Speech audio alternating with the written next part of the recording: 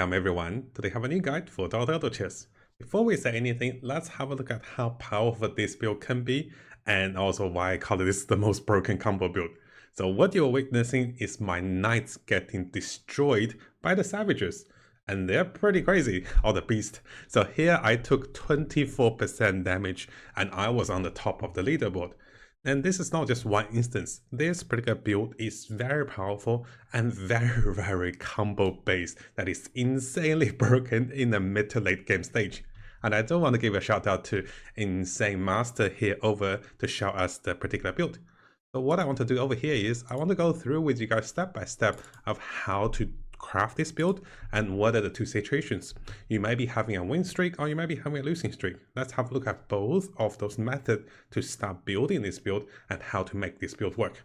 The first thing I want to notice is this build doesn't require any legendary units.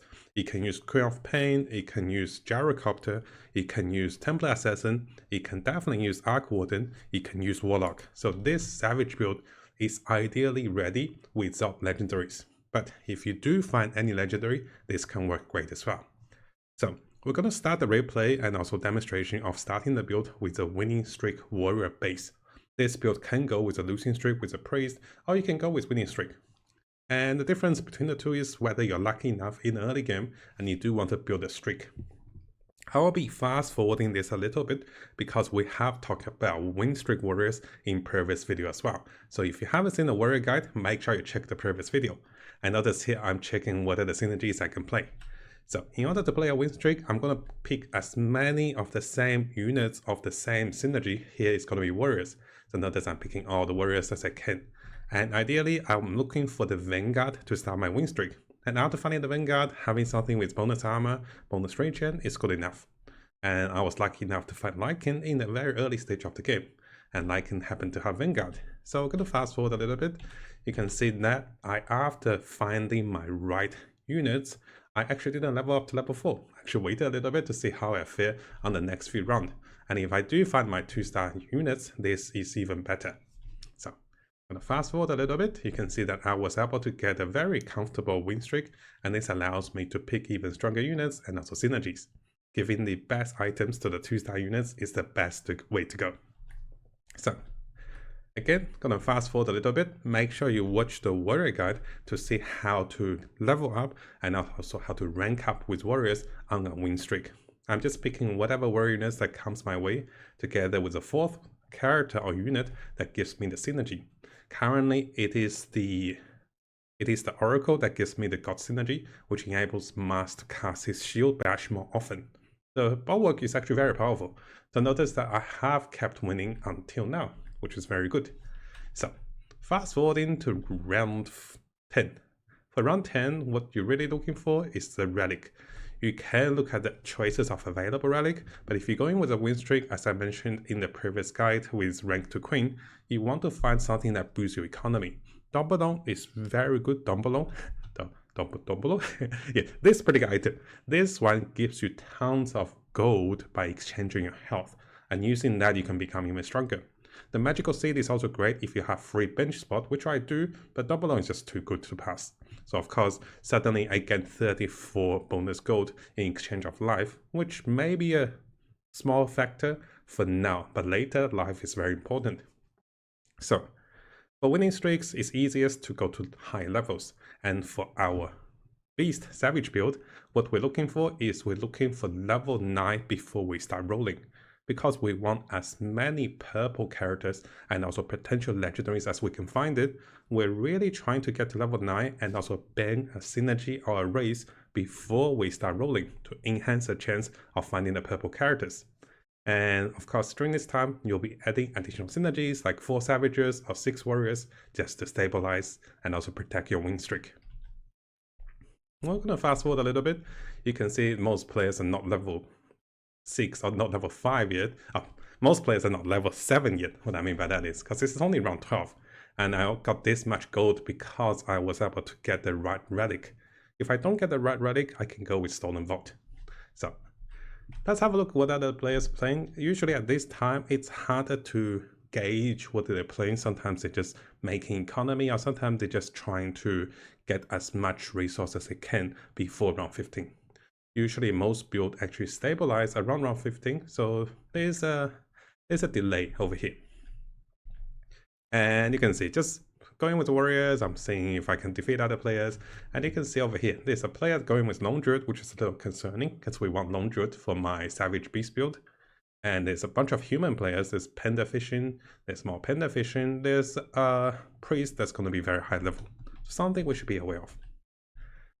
Now, one thing I do want to mention about this build is it will take you to build tons of economy. You can build economy with a win streak, of course, and transitioning from warriors to the savages or the beast is one of the best ways. Or you can transitioning directly from druid into the savages, but this might be a little harder. For round 15, we're going to pick Ascendancy because we want the purple units and also legendaries as much as we can. And nothing too special, we're just adding units, leveling up, and try to get to level 9 as quickly as we can. If you're playing with a losing streak, this might be a little different, which I'll explain very soon on the second replay. So you can see, and of course, if you want the full replay, both of the win streak and also losing streak video will be available for you guys. Because the build really starts at level 9, so I'm fast forwarding to level 9 to show you guys how I got to level 9, what are the safest ways, what is the transition. So here I decided to go with 4 savages and also 6 warriors. Is it savages or beast? I keep getting those mixed up. Now I can go into warriors directly. We have had videos to go into 9 warriors, but in order to make the 6 savages work, I'm going to purposely transition out of the savages, which might make me a little weaker during this time. Now, notice over here, we're almost level 9. So after round 21, this is when things get started.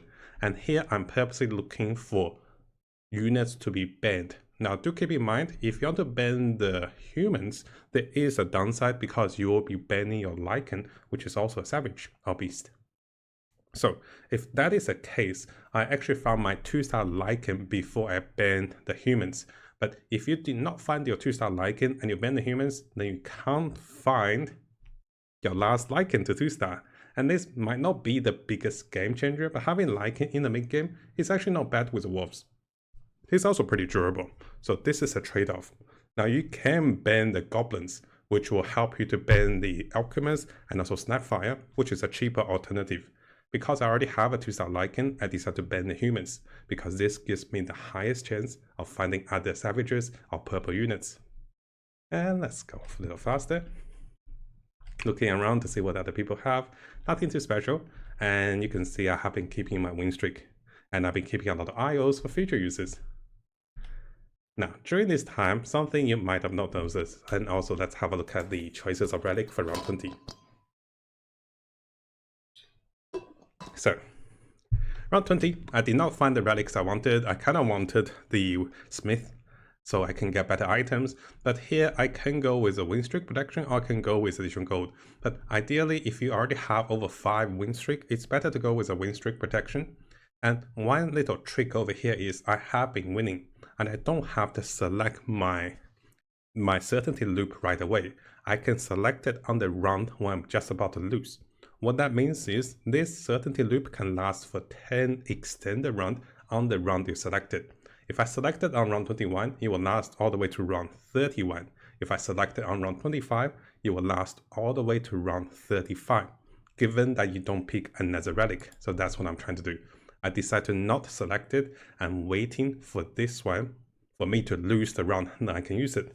Sometimes this gives you tons of bonus gold and also even more protection to your win streak, which is great for economy. Now, I'm trying to get my units ready, and I have been the humans, so what I'm trying to do is I'm trying to find my final savage. Let's have a look at the fights. So here I'm a little concerned, so because if I lose, if I'm about to lose, I'll pick the certainty loop. But if I'm not losing, I don't have to pick the certainty loop, and this gets protected for future uses, which is very good. So notice for this round, we didn't lose, perfect. And here I want to mention, you might not have noticed, I actually didn't find Enchantress. So the tier 1 unit Enchantress, which is also providing us with the Stampede synergy, I didn't find her, and someone actually got a 3-star Enchantress, I believe, and around this time I can't find Enchantress anymore. So usually you go with Magnus and also Enchantress for the 2 Stampede synergy. And over here, I'm picking Leshrac for the alternative because I couldn't find the Enchantress anymore because someone else already got a 3-star Enchantress, which is a little unfortunate. It's much easier if I find an Enchantress for the 6 Savages and also for the 2 Stampede, which is essential for the build in the mid-game. So you can see, I don't need Centaur World Runner, but I do want 2-star Magnus. Now, remember I mentioned that if I'm about to lose, what I'm going to do is I'm going to pick the certainty loop. So I'm still gauging whether we're going to lose or win. If we're about to lose, we're going to change quickly. I think fortunately my 6 warriors and also the 2-star Lycan with all the units was able to stabilize. Very good for economy. One of the crucial things about this build is the ability to use Arc Warden. And yes, I forgot to ban the units. I was thinking, how come I'm not finding my units? So one of the best things about this build is finding Arc Warden and also finding multiple duplicates of Magnus. And this makes the build insanely broken with infinite stuns. And Arc Warden can also summon and also use multiple items. Some of the best item to be used on Arc Warden is gonna be the Necronomicon, which you'll see later if I happen to find it. Now, small trick over here. If you have 2 Druid on the board, and if you throw down 1 IO, the IO will randomize in any of the Druid to level this to level 2, with only 1 Druid on the board. But if you have both of the Lone Druid and also the Leshrac, it's a 50-50. I'm hoping to get Leshrac, but if I get Lone Druid, I can use another IO. So this is not the biggest loss. I wanted to keep my win streak, and I want to have a little stronger synergy. So that's why I put down the Leshrac, and this became a 2-star Leshrac. A little more power. Over here, this is a little concerning. You can see the player with the Enchantress, which I couldn't find. And he happened to have a very strange synergy. I don't know what he's going for, but he took a lot of my units. Now, the build is not fully ready yet, but I'm still stabilizing using my traditional warriors and also savages. And I'll show you guys next video a different method. And we're still doing a lot of damage. Over here, we did 22% damage. Look at that. So I have started rolling, and I think I rolled into Tidehunter, not the biggest deal. And over here, so this is something I want to show you guys. Remember, I haven't selected my relic for the past 4 rounds. And finally, and unfortunately, I start to lose, I think. And I'm about to select relic. I was like, am I going to lose? If I lose, I'm going to select the relic. Now I realized the Pengo is too strong. So I lost, I select the relic. So this relic will last me all the way to round 34, as long as I don't pick select the new relic. Pretty smart, right? So I'm going to keep the 11 win streak all the way to round 34, and this means 3 bonus gold every round by having the streak. This is great for economy, a hidden trick a lot of the pro players do, and I noticed this because they didn't select the relic until they're about to lose. They don't select on round 11 or round 21. So because we're gonna be, aggressive, so what I want to show you guys is the round 25 passive. Because we're gonna be aggressive, I'm gonna pick Frenzy, so we're gonna do a lot of damage. As you saw in the previous demo, this is very powerful. Find the 2-star Lone Druid, perfect. And here we're looking for anything that can give us 6 savages. And of course we're not finding it, a little unfortunate. So gonna fast forward a little bit, you can see that against the... So over here, 2 things you want to notice. So each of the neutral round, you can roll items and this gets resetted. I'm purposely rolling for a crucial tier 3 item with a monitor horn. After that, I'll be rolling for tier 4 items. We just want tier 3 monitor horn, and after that, we want all the good tier 4 items like Refresher, Necronomicon, or anything that can help our team. But unfortunately, I didn't find a Van Paladin sword, which is a little sad. Let's have a look at the neutral round, not a big problem. Again, looking for Monitor Horn, we found it. So why Monitor Horn? Monitor Horn enables the Magnus to charge in with the Stampede passive and then AoE stuns enemies for the start of the fight, which is essential. And yes, I even had a Panda on for additional efficiency, and here we found the Panda, we found the Magnus, and I decided to let my warriors go, and this makes me a little weaker, by the way. But you know what? We got to get the build going, right? So we got the build going, and now we have the initial synergy. So let's have a look. Oh, we'll find a Lone Druid as well. We need 1 more Druid. Oh, finding a lot of good stuff, right? So this is why you go to level 9 and start rolling. I decided to not use Arc Warden for now because I don't have any items on Arc Warden. I also don't have duplicates. This build can make use of Warlock because of the golems, multiple summons, and the 6 savages can enable you to do great things. So let's have a look at this initial setup that was ready on round 26. This is a little later than I hoped, but we got it ready. So the Stampede units with the Magnus and also Last Track would automatically charge to the most group of enemies. And during this time, because we have Monitor on the Magnus, right after he charges into most of the enemies, he's going to cast his ultimate, and then he sucks them in. Why do you want to do that? Well, it is an AoE stun, and also this gives your savages and also summons time to do damage and also stack debuffs, and this is amazing. So while they're stunned, I'm going to stack debuffs, and they're going to take increase in physical damage. While my units are going to summon, they're going to do their thing, and then the Warlock helps to stun them, and then we overwhelm them with a lot of units.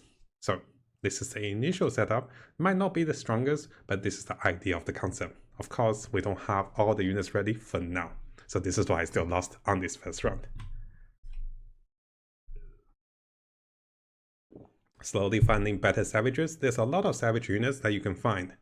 And ideally, only Lone Druid can go to the highest stars. The rest of the units, you don't need them to be super high stars. And I think I even sold the Ringmaster. I should have kept the Ringmaster and used that to fuse my Last Track, but I didn't notice the Ringmaster was also a Druid, so that was my mistake over here. Let's have a look at the fights again. Similar concept. You can even change the position of Last Track and also Magnus. So Magnus goes in, stuns everyone, and then Last Track goes to work. Now if you do have Enchantress, it is a little less damage, but you save one more spot for something else. But Last Track also gives us much needed magical damage, which we don't have. So this is a non-traditional setup. Next video, I'll show you guys a more traditional setup. We start to stabilize. Now, during this time, it is definitely good to pick a Riki if you have the free economy and also free spot.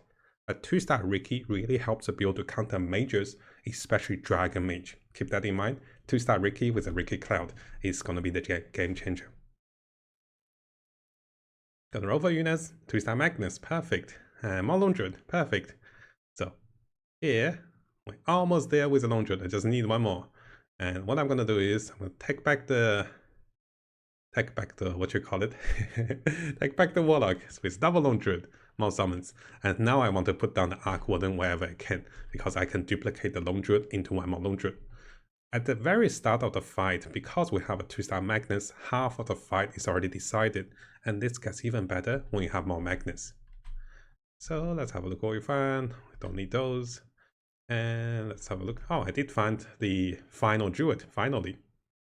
So having the Druids down, I'm going to have the 3-star Lone Druid, one more free spot. And I decided to just go with the Gods for now. Actually, I put down the Warlock. So the build is quite flexible. Once you have 6 Savages, the rest comes with Legendaries. Queen of the Pain, Templar Assassin, Arc Warden, Warlock, and anything that helps you, even Last Track, is great. You can go with 4 Stampede as well, with Last Track and also Center War Runner. Of course, during this time, there's still some very powerful build, because my build is actually not fully ready. I'll show you guys very soon.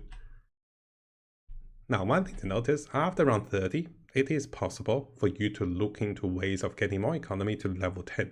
So, one thing to notice, I did not select my relic yet, because I want to keep my certainty loop for another 4 rounds. Now, if actually I selected, so this is what I want to say. So if you don't select your relic at this moment, you will keep your certainty loop for another 4 rounds. But if you selected, the certainty loop will disappear, and then this will give you the item depending on number of rune streaks you get. I actually wanted the item. I also wanted additional economy to level up. This is why I selected. Sometimes if you can be greedy, you keep the certainty loop, or this one, for another 4 rounds, because I selected on round 24, this will be disappearing on round 34. But picking the keys gives me more gold, and I also get a purple tier 4 item, which is very important. This allows me to go to level 10, and now I'll be looking for some final pieces, like additional magnets. So finally, I got the Pango to do star. I'm actually not really looking for tech keys, but using tech keys to increase my chance of finding other legendaries. A lot of options over here, but nothing really great. Let's have a look. Mob angles, not great. I'm looking for magnets. Ringmaster, don't need that. So let's have a look what items we can get, and then we go from there. Of course, I bought those units, then I can sell them during the round to make back my economy. Now, Necronomicon is a game changer for the build. I decided to go with Warlock, but you can give to Arc Warden, you can go give to the Lone Druid. Now, what the Necronomicon says is a little tricky, which I always found a little bizarre. They didn't explain it.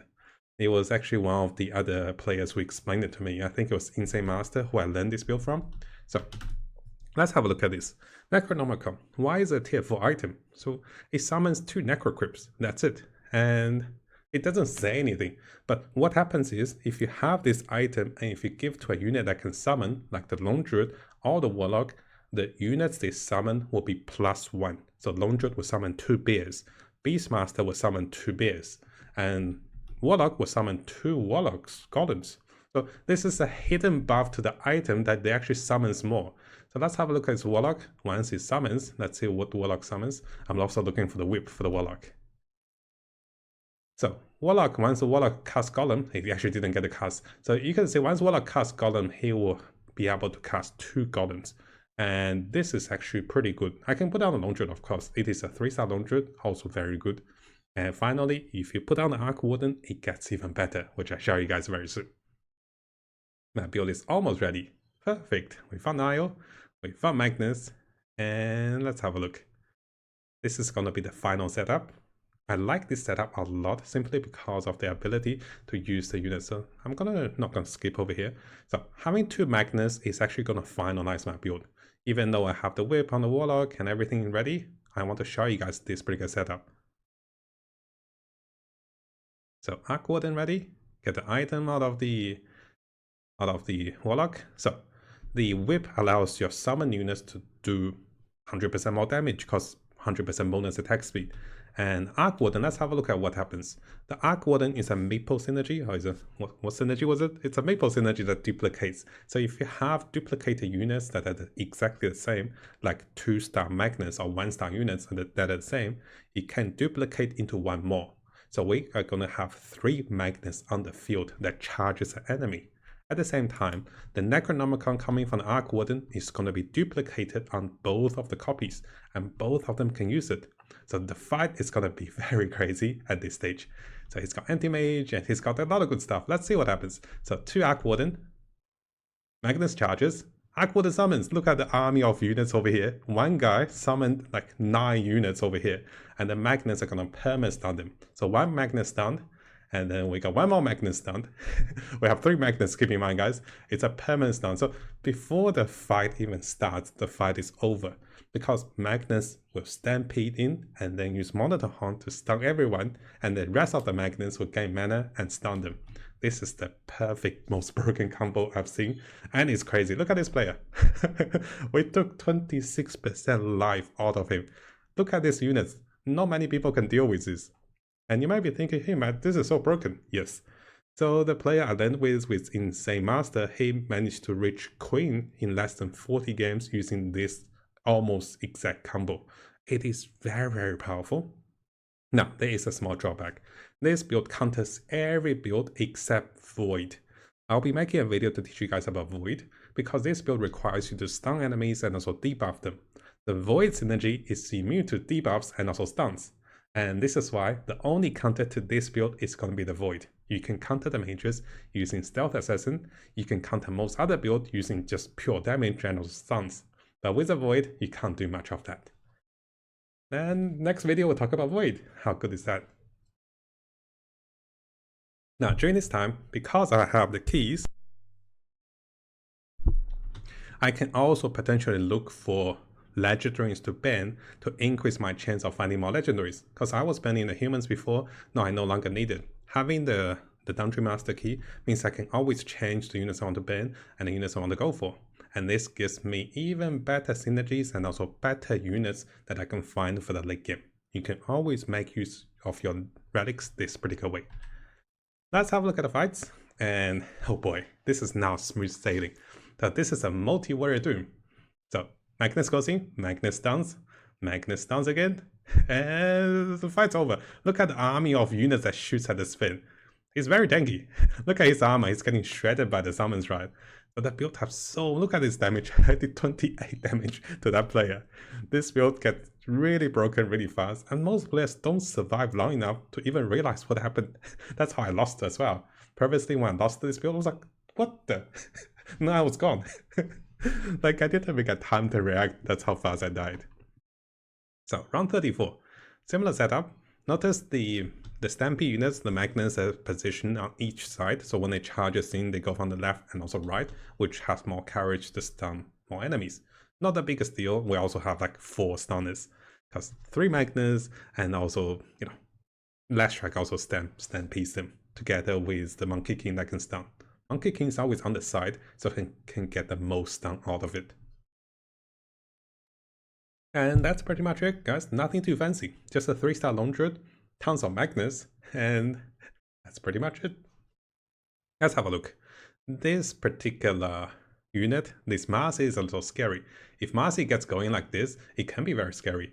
But look at the stuns. Stun for days. The downside is the Marcy got going, so this was a little concerning. We didn't stun the Marcy, lock her down, so he actually managed to take down the board. And also one on my side. Let's have a look how we can deal with this. So, round 35, neutral items, and usually we'll go with Flourish so that you can go with high levels. The more duplicates you get with Arc Warden, the more you get. But if you don't have Arc Warden, finding units like Queen of Pain, Temple Assassin will give you more controls or even high damage. Gyrocopter is insanely good here as well, because the flat cannon shoots at everyone. So I already taken down my items, ready to use those items to craft into better items, ideally purple items that can allow us to get even stronger summons. And also I decided to readjust my units a little bit for more stun coverage. The dragon doesn't stand a chance. Look at the magnets. Here was kill one, the rest of them just stuns him not stop. So ideally I want Bloodthorn, so I can use Bloodthorn to control the Marcy, which is very good. And I'll be leveling up to get my final Warlock in for even more summons. And nothing too great. I might keep the Ricky as well. Ricky is actually very good. Actually, I didn't keep the Ricky. I'm looking for something that can counter the Marcy. Nah, nothing too fancy.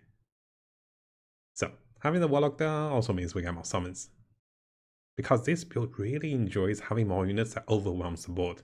And of course, Necronomicon means even more summons. So let's get it done. Now, one thing I do want to notice, you don't want to block Arc Warden in. You want to give Arc Warden enough space so he can summon multiple copies next to him.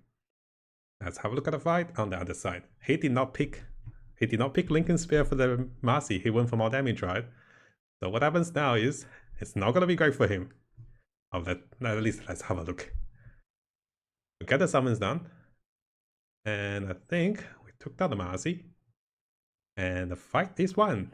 Let's have a look over here. Doing not bad. Oh, the Marcy is still alive. No, Marcy's gone. One more fight to go. So you definitely want to leave a little opening for your Arc Warden so you can summon more Arc Warden. And over here, I do want Last Strike because I can get a 3-star Last Strike. Nothing too fancy, just to change the positioning a little bit. So I'm actually regrouping my units a little bit. Here I made the mistake, I actually grouped my Arc Warden, so it's harder for Arc Warden to resummon at the very start. Oh, he actually summoned on the side, never mind. So I wanted to avoid him stampeding me, and I want to get the bulk of summons to focus on the Marcy.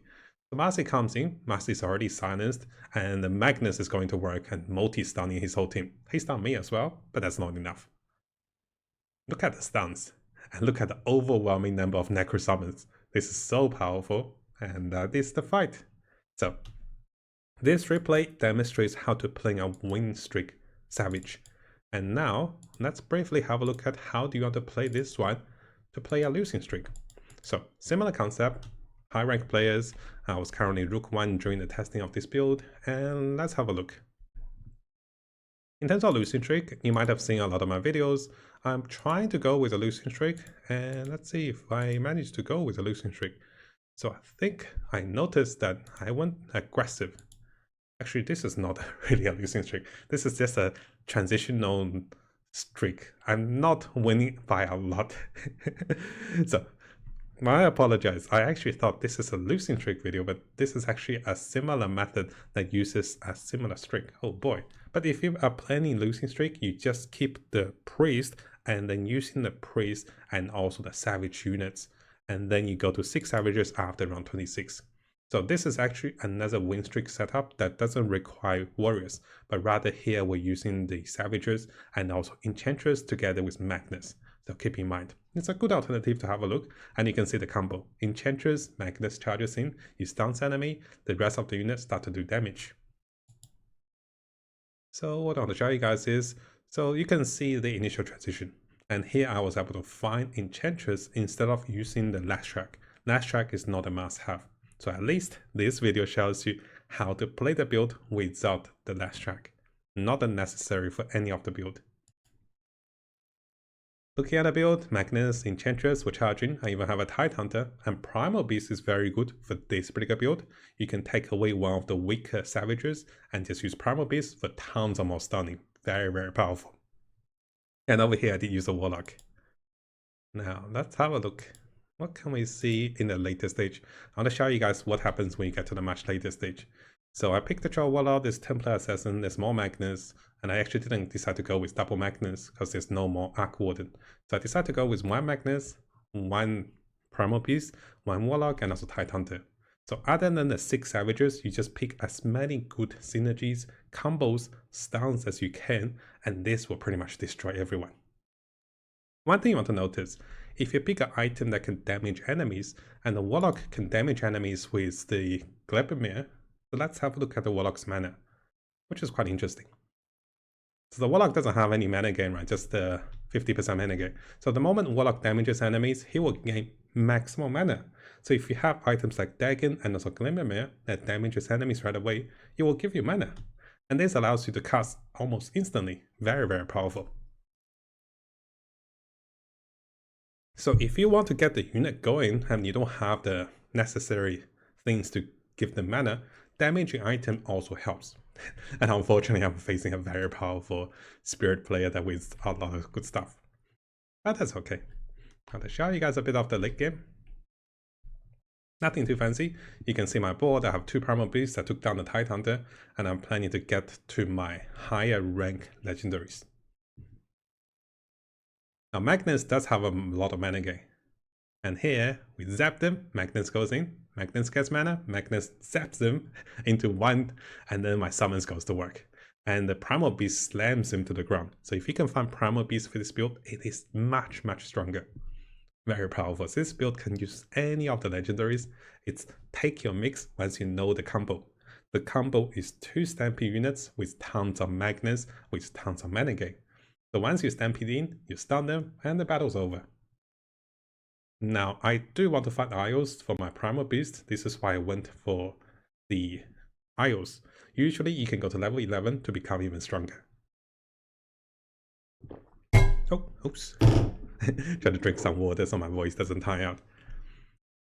Round 35, nothing too special. And here, nothing great for the selection. And Necronomicon, perfect. The Necronomicon again can go onto the Lone Druid or can go onto the Warlock. I like to go onto the Warlock in the later game, even though it's 1 extra golem, there's chances for more golems, and also golems can stun enemies. The Lone Druid Bear doesn't have the best AI, so this is something I didn't like. A little unfortunate for him. I hate losing to the dragon. So, Necronomicon means more summons, and more summons is always very broken. More Magnus is also good too. Oh, perfect. So get that 2-star Primal Beast. I'm going to consider the Troll Warlock doesn't do much. The Monkey King doesn't do much too. So let's have a look. Of course, I put down the second Magnus in case you guys are wondering. And we're looking for purple items. Refresher is also good. So this is a very broken combo. So let me show you guys what the Warlock has. The Warlock, every item that can be activated can be refreshed. This means double Glimmermere, double Necronomicon, double ulti, and also Refresher just enables all that. It is crazy this strong. So some of the late game items can make this build super broken. Let's have a look at Warlock. He refreshes, he summons, so he basically summoned 6 units, even though he killed 1 with Midas. He summoned 6 units, used 2 Glimmermeres, and then this golems for days. That's before 2-star Warlock, by the way. So the fight is almost won thanks to my Warlock. I still lost? Oh, did I? No, Templar Assassin. Look at that Templar Assassin go. Rampage. Rampage no stop, right? So I defeated one player and there's one more left. And of course, you might be wondering what I'm looking for. Of course, it's going to be a second Warlock. Of course, I'm looking for the second Magnus as well. If I can find a Warlock, I go with Warlock. If I can't, I go with Magnus. Gotta roll a little more. I still want a Warlock. So desperate. I gotta Magnus. Yes, I found a Warlock. There's no gold. I decided to sell the Magnus, put down the Warlock. I just wanted to just do that Warlock. I know I don't have a gold to do anything else, but I wanted the Warlock. Because I know my Warlock has the best items, and this is the fun part. I want to show you guys the itemization that can make it work. So this is a very powerful demon. Oh, this is a... Oh, this is gonna be a void player. He changed into the void. Oh no. The void is not good for us. One of the reasons we may be losing, and I wanted to show you guys this actually, I remembered this replay is to show that the itemization is great, but there is a hard counter. I was wondering why am I losing so badly? It's simply because of the void. Yes, I mentioned earlier I want to make a guide video to teach you guys about the void. My build is pretty much perfect. Now I don't need anything. I can get more Magnus, everything, but most of my things are not stunning enemy. The Magnus are not stunning them. None of my debuffs are working. And this shows you the final drawback. The only weakness of the build is that you cannot debuff enemies with your synergies with your savages. 6 savage does not work. Stance doesn't work. The void is unbeatable to this build. This is the only weakness to the build. You can defeat every other build except the void. There's not much left I can do. I already got my Warlock capped out, and I'm gonna accept defeat. And this showcase to you guys, even coming second, even though this build is great, it can still be defeated. I think it's good that I mentioned about, what are the drawbacks for the build, because this build seems too good to be true. The only thing it can't defeat is the void synergy. Stay tuned for the next video, which will talk about the void, but you gotta see the power of this build, the itemization. I didn't get to show you guys the losing streak, but for the losing streak, you pretty much keep all your savage units and try to build economy, try to go to level 9 as quickly as you can, then ban the units correctly, ban the humans if you don't want Lycan, or you can ban the goblins, and then start rolling at level 9. Very, very important, guys, to start rolling at level 9. If you roll at level 8, it's not going to be great. So what I do now is I'll showcase you guys both of the replays in this following part, so you can have a look what I do for each of the rounds.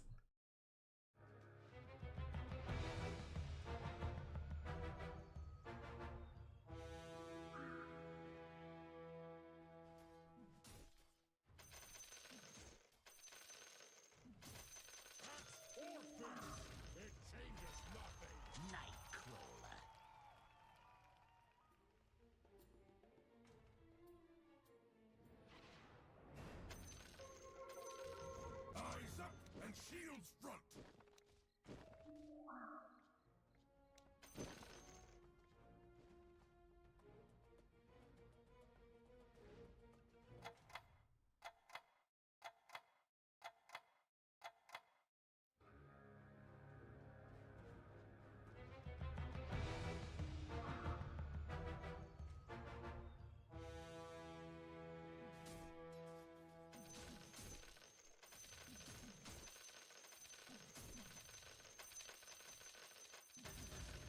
When you play with Lena, you tend to... Guess we better. Yep.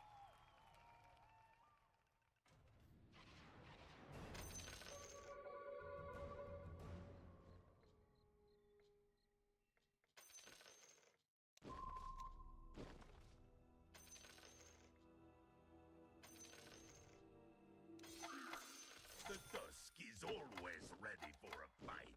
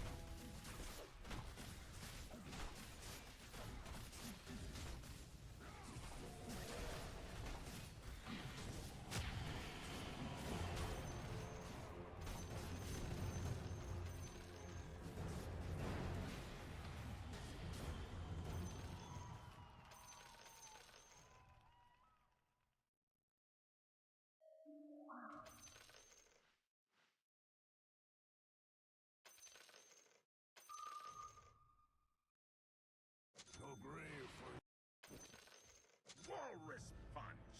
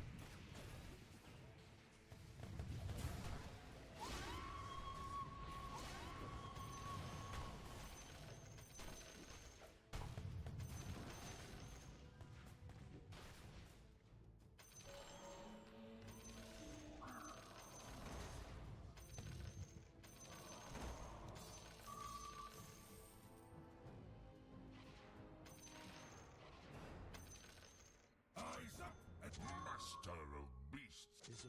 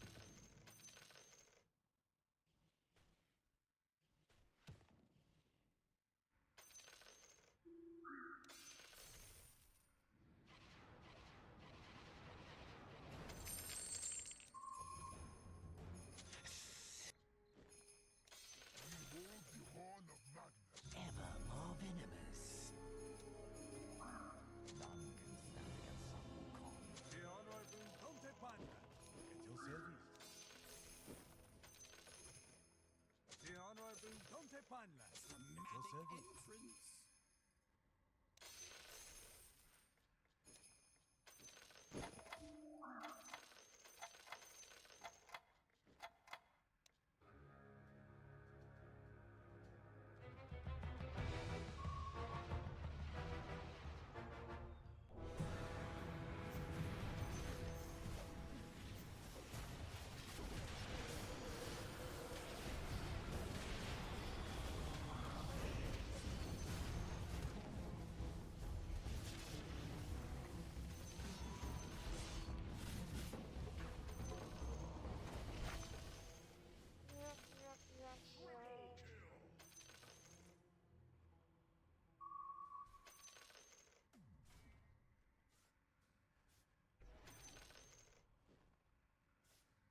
Triple kill.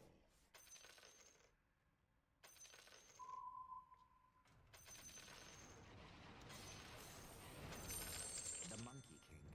The dusk is over.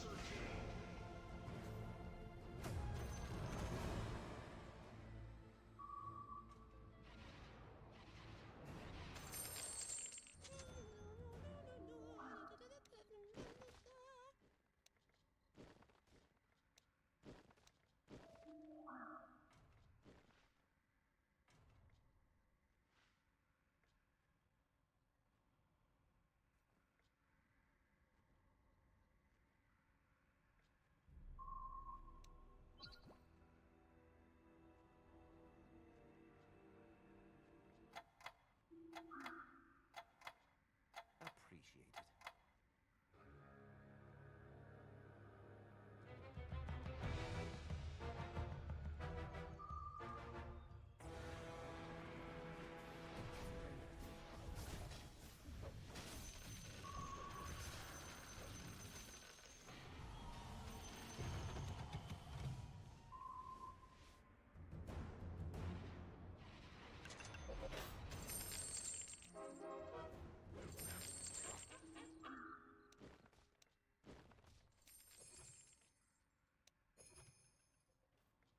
I was already bordering on The Monkey King.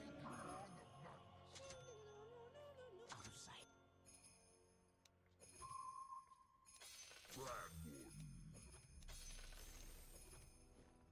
The honor service.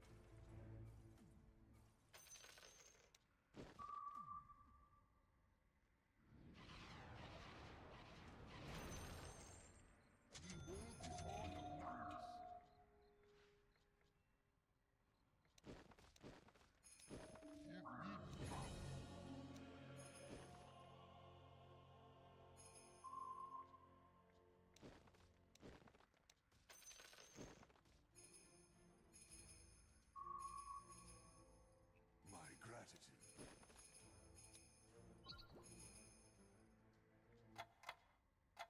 Thanks.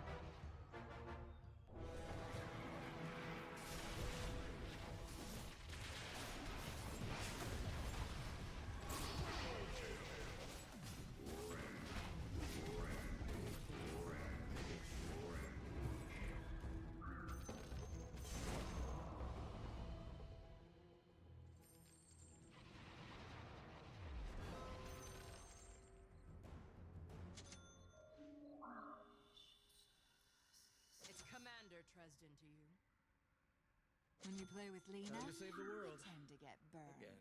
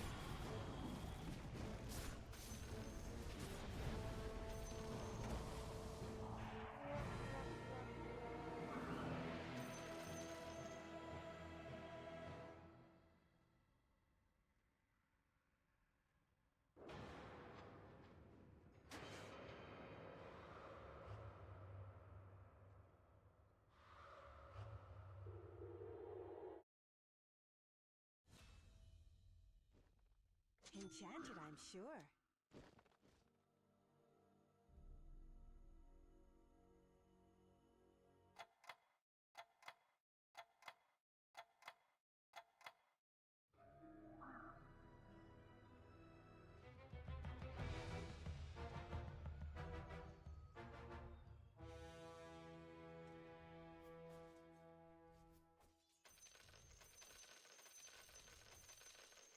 Nightcrawler. Oh, do not run too fast, for I will but bespeak thy grave and die.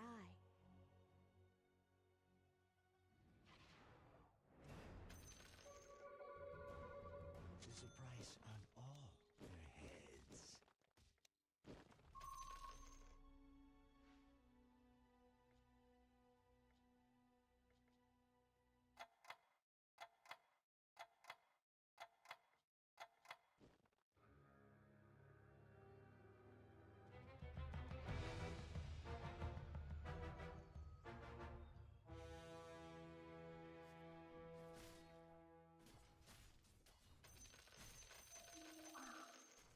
With bones and spells. Dr. Clink. With bones and spells I come.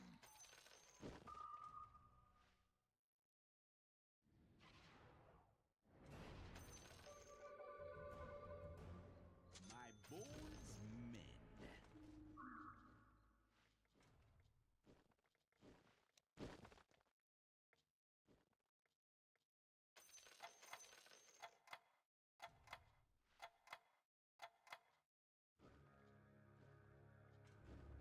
Wait, look, I am a robot. Yeah, just kidding.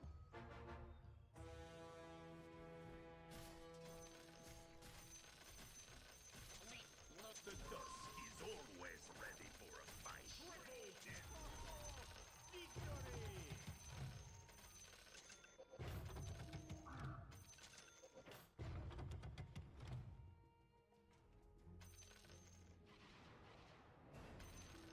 I am the new Mark II Rattletap. Yeah, just kidding.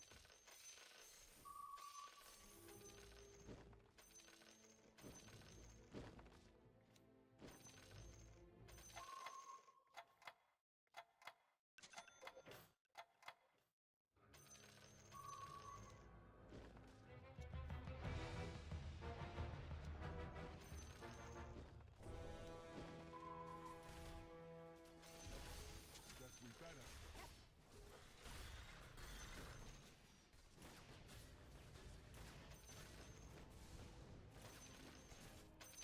Guess we better.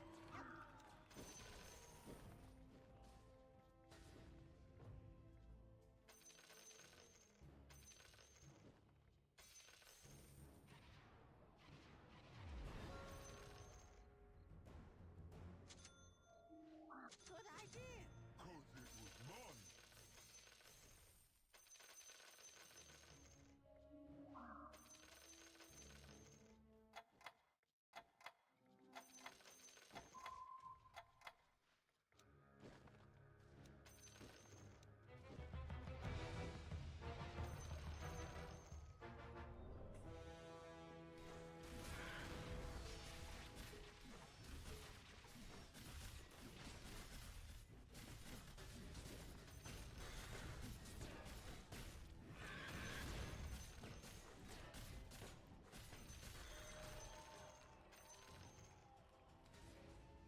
Sagan and I stand with you.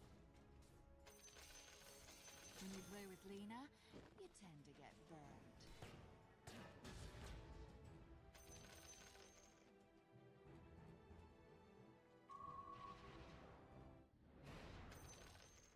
Wait, look. Enchanted, ice is not.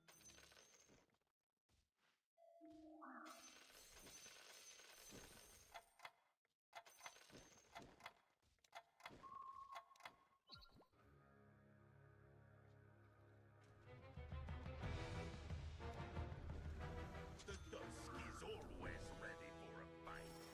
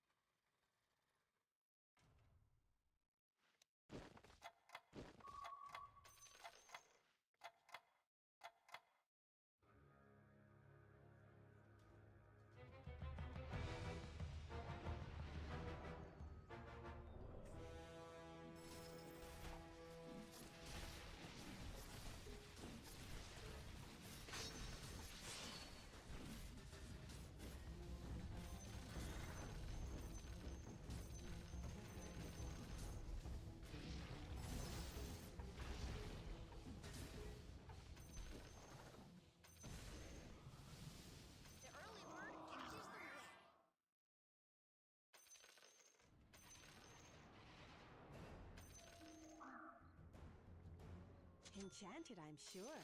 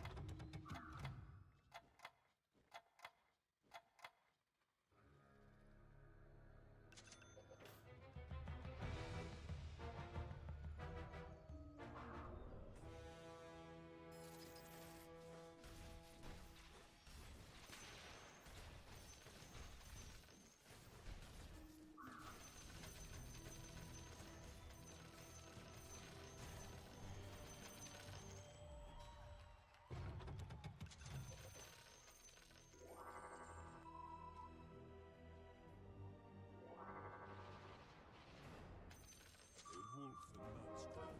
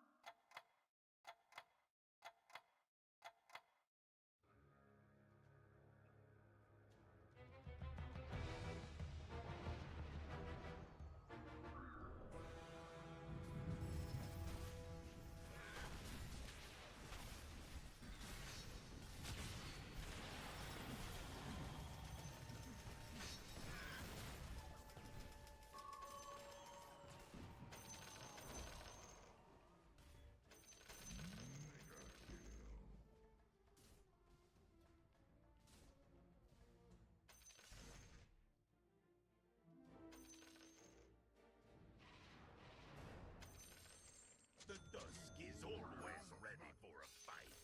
What's this thing? Some kind of fight?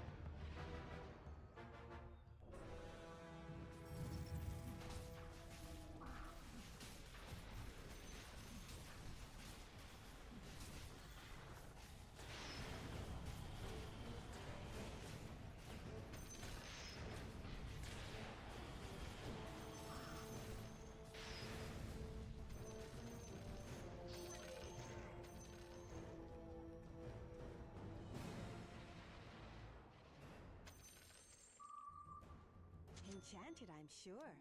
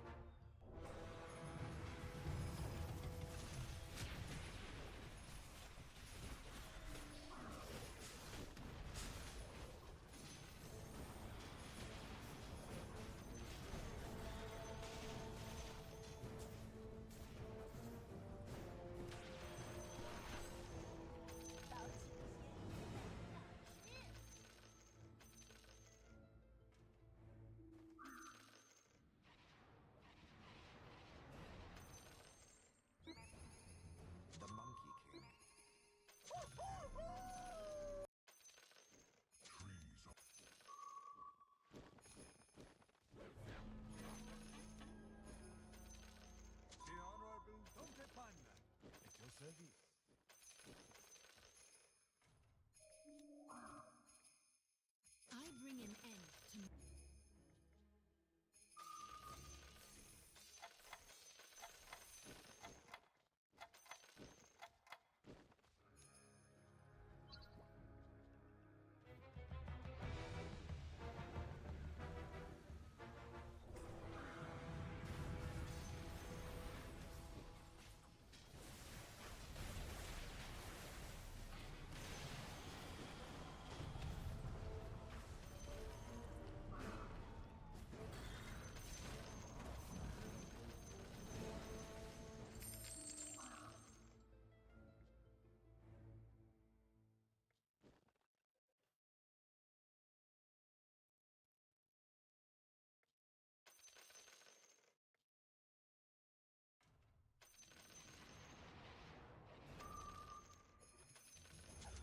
The Honorable Dante Panda. Wolf in my service.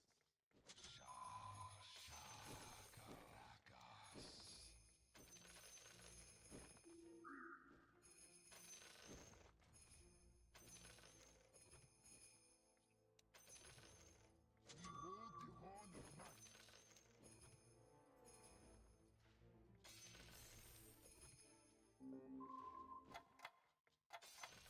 The hunter feasts.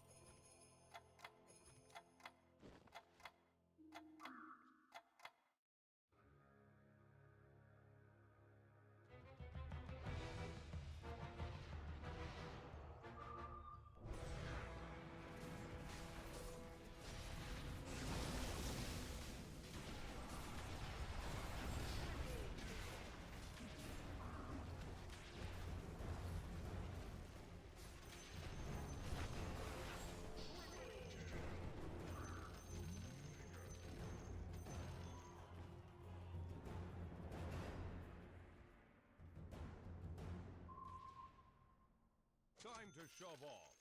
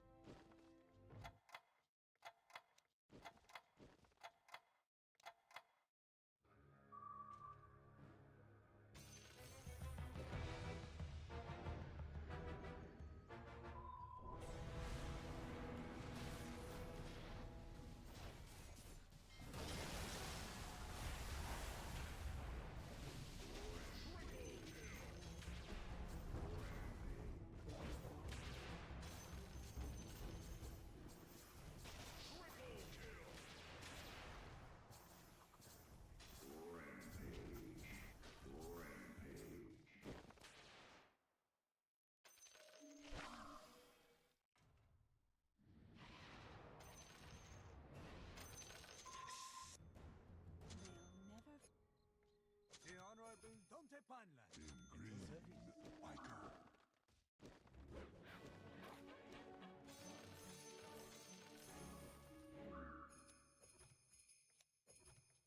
The Monkey King.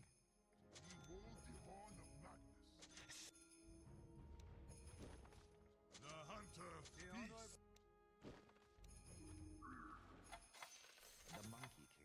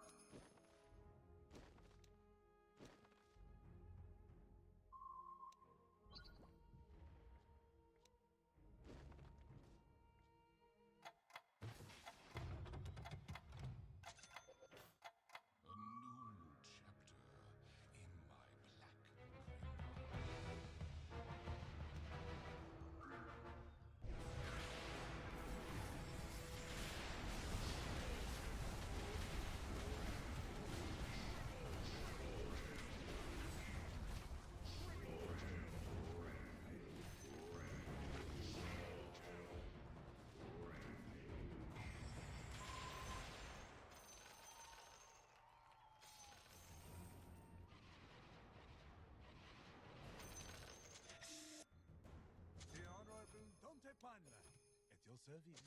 The monkey king.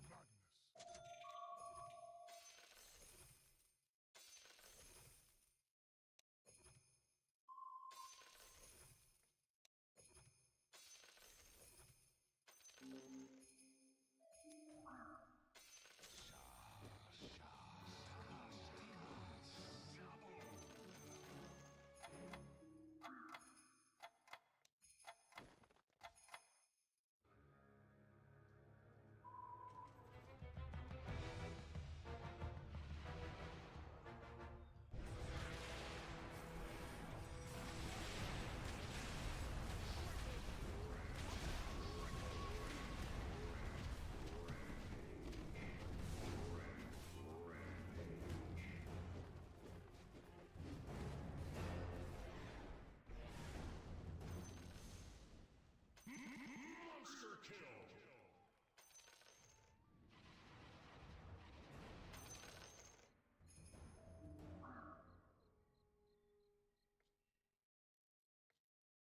The Veiled Sisters sent me.